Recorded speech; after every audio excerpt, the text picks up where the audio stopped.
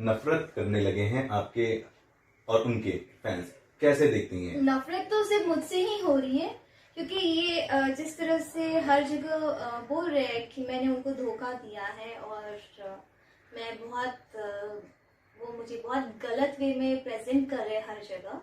सो बस इस वजह से ही लोग मेरे पीछे पड़े हुए हैं और नफरत तो सिर्फ मुझी से हो रही है। और बिकॉज एक ये भी बनता है कि मैं गुजराती हूँ, लेकिन सबसे ज्यादा इंसानियत है मेरे अंदर।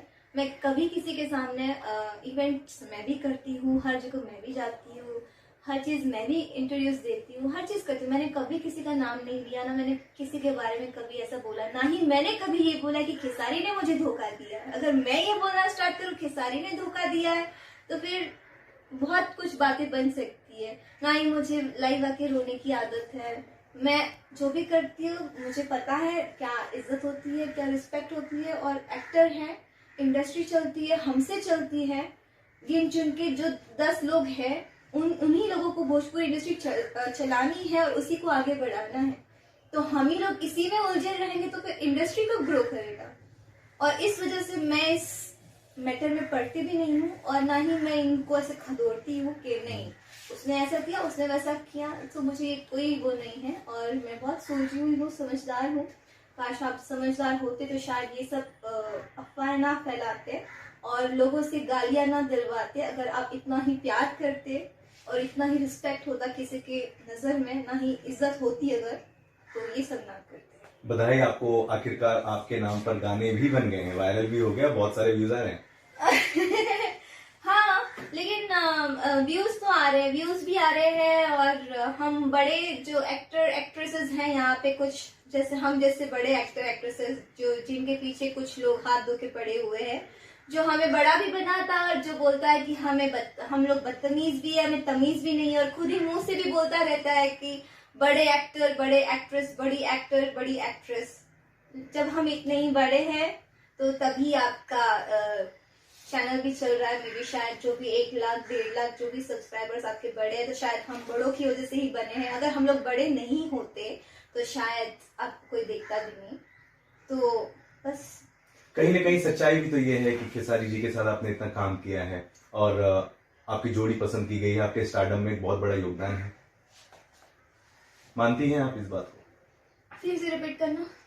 आज आप स्टारडम में हैं, सुपरस्टार एक्ट्रेसेस में आपकी गिनती होती है। कहीं ना कहीं खेसारी जी के साथ आपने इतना काम किया, दोनों की जोड़ी बहुत ज्यादा पसंद की गई है, तो आपको ऐसा नहीं लगता कि आपके स्टारडम में उनका भी योगदान है?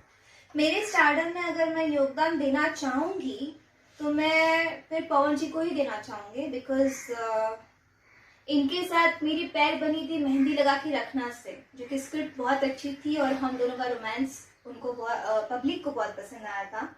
तो मैं ये नहीं कह रही हूँ कि मतलब पवन जी और खेसारी के बीच में मैं किसी को चूज कर रही हूँ, या फिर लोगों को भी ये दिखाना चाहती हूँ कि खेसारी जी से अगर कुछ भी हमारे इश्यूज है, पर्सनल इश्यूज है, उस वजह से मैं अभी पवन जी को मैं वो कर रही हूँ कि उनको सिलेक्ट कर रही हूँ। ऐसी बात बिल्कुल भी नहीं है, बिकॉज मेरे 2 फेस नहीं है।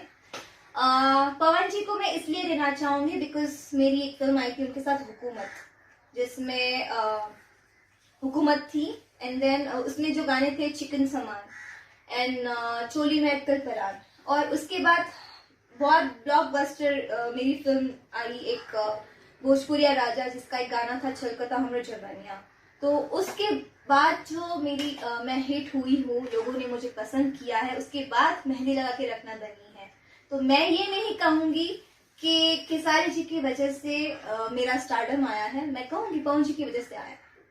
उन्होंने इतना अच्छा गाना बनाया, उन्होंने इतना अच्छा गाया, प्रियंका ने इतना अच्छा गाया, मैंने एक्ट किया, लोगों ने पसंद किया, तो शायद मेरा तो मैं सीढ़ी अपनी वही समझूंगी। फिर एक बार फिर से बधाई आपको लिट्टी चोखा फिल्म के लिए। Thank you. बहुत ही चर्चे में ये फिल्म चल रही है। हाँ। आप करोगे प्रमोशन खेसारी जी के साथ इस फिल्म का?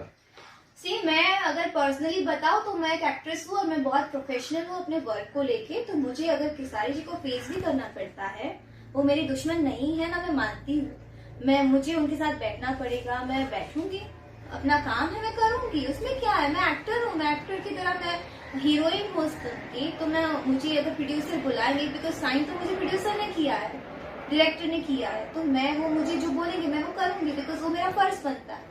भोजपुरी के एक दूसरे चर्चित अभिनेता हैं प्रदीप पांडे उर्फ चिंटू। या आजकल आपकी तस्वीरें, वीडियोस उनके साथ बहुत ज्यादा वायरल हो रही हैं और फैंस को मजा नहीं आ रहा। पर्सनल लेवल पर आपसे ही जानना चाहेंगे, कैसा एक्सपीरियंस है चिंटू के साथ अब काम करने का? मैं अपनी एक बात बताती हूँ। पर जब हम लोग जब छोटे थे, तब हम लोग ने साथ में ट्रक ड्राइवर पहला हमारा मूवी था, तो हम लोग बहुत लड़ाई करते थे, बिकॉज वो भी छोटे थे, मैं भी छोटी थी, तो मेरा भी दिमाग थोड़ा सनकी टाइप का, उनका भी सनकी टाइप का। सो उसके बाद आई थिंक हम लोग ने कई साल बाद हमने मूवी करी ये, और राजकुमार पांडे जी, जिन्होंने सिर्फ मुझे एक फिल्म के लिए लेके गए थे कि एक फिल्म करनी थी, लेकिन उनको मेरा बिहेवियर, मेरा काम इतना अच्छा लगा। उन्होंने जब मूवी कर रही थी फर्स्ट, तब 10-15 दिन ही हुए थे स्टार्ट होके, तो उन्होंने बोला बेटा हम लोग एक और मूवी करना चाहते हैं, तो हम कंटिन्यू कर लेते हैं। हमें ठीक है सर, कोई बात नहीं। तो हम लोग ने 50 डेज हम लोग ने साथ में बिताया। तब हमने पर्सनली ऐसे जाना एक दूसरे को, और हम वाकई में जितना हम झगड़ा करते थे, हम उतने ही अच्छे फ्रेंड्स बन चुके हैं। लेकिन उस फ्रेंडशिप को भी यहाँ पे लोग अपनी नजर से देखते हैं, और उस फ्रेंडशिप को भी ये लोग गंदी नजर से ही देखते हैं और गंदा ही उसको नाम देते हैं। तो मुझे यहाँ पे ये चीजें बहुत खटकती है कि यहाँ पे लोग किसी भी रिश्ते को अच्छी नजर से नहीं देखते, चाहे वो बाप बेटे ही क्यों ना खड़े होंगे, वो लोग गंदी नजर से ही देखेंगे, क्योंकि किसी को तो पता ही नहीं कि उसका बाप कौन है।